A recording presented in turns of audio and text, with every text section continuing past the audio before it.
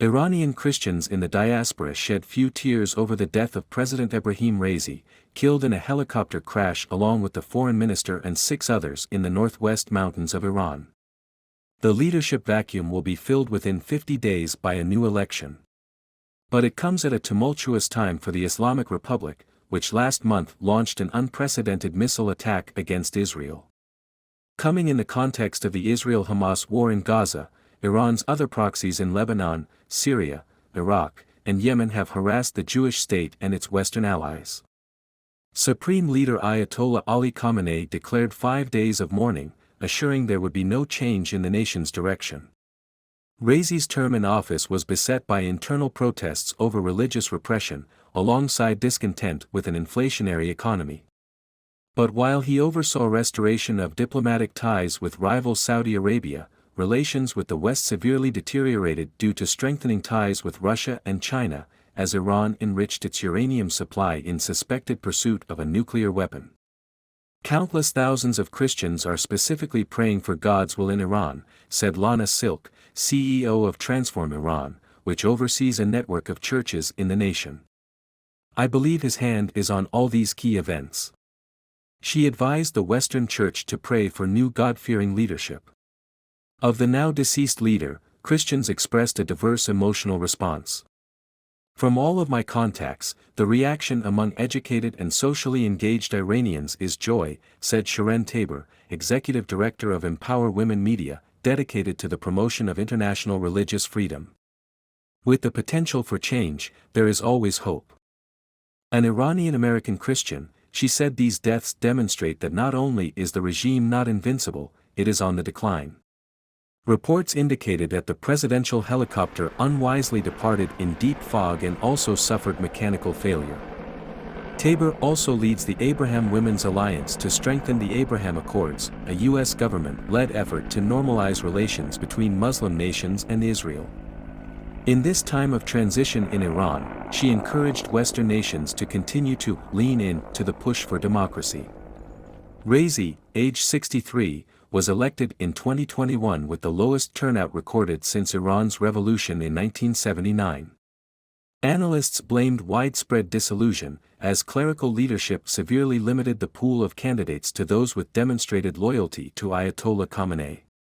Raisi was also considered to be the primary candidate to succeed the 85-year-old supreme leader. Sources noted the widespread speculations over the crash. Some rumors immediately suspected Israel, while others wondered about internal power struggles. Iran has not suggested foul play. But while state media broadcast scenes of mourning at the funeral and in the streets of Iran, diaspora images showed dancing in the streets. Some Christian voices were more muted. My initial reaction is that justice was done, said Amir Bazmju, CEO of Torch Ministries and an Oxford-based PhD candidate in political science and Christian theology. God heard the voices of families who lost their loved ones unjustly because of Raisi. Referring to the president by his infamous title, Butcher of Tehran, due to his role in the death committee that executed thousands of prisoners, Bazmju cited the Ezekiel 18 verse 23 reference that God takes no pleasure in the death of the wicked. Raisi, born into a clerical family, joined in the initial protests against the Shah of Iran at age 15, and by age 25 became deputy prosecutor of Tehran. In 1988, he was one of 4 judges on the secret tribunal that retried already imprisoned enemies of the regime. In 2009, Raisi backed crackdowns on protesters and their mass incarcerations following the disputed presidential election. And as president, in 2022, he oversaw the security response against demonstrations sparked by the death of Mahsa Amini, a woman detained over her allegedly loose hijab. Over 500 people were killed, with 22,000 detained. Mahsa Amini was a 22-year-old girl who was visiting the capital, Tehran, with her family, and on September 13th, she was exiting a metro station in the center of the city with her brother at the time. She was confronted by the so-called morality police for being allegedly dressed inappropriately. So she was taken to a police station for what the authorities called so-called re-education of why the hijab is mandatory in Iran. Usually these re-education classes last about 1 hour, but that was not the case for Mahsa. The authorities said that she had suffered a heart attack and she was taken to a hospital nearby where she was in a coma, and then she had another heart attack and died. Her family are saying a very different story, that she had suffered abuse at the hands of the police when she was in their custody. I think one of the reasons that we've seen such a reaction from women inside Iran as well as outside is because this issue of mandatory hijab has always been a hot topic. The women that we've seen burning their hijab, women that we're seeing cutting off their hair in reaction to what has taken place with Mahsa and the restrictions around their daily lives. There is a need for dialogue to revisit the issue of women's rights in Iran, certainly now more than ever.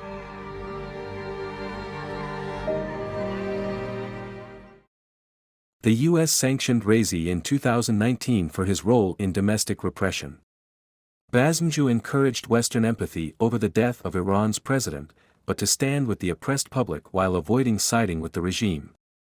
Such was the U.S. response, expressing condolences while reaffirming support for the people and their struggle for human rights and fundamental freedoms. Raisi was engaged in reprehensible conduct, including repressing his own people for many years. Given the horrible acts that he engaged in both as a judge and as president, to the extent he can no longer engage in them, yes, the Iranian people are probably better off. But as the pool of approved politicians tightens, Bazmju believed that the helicopter deaths contribute to the further shrinking of core loyalists that can assume future leadership positions.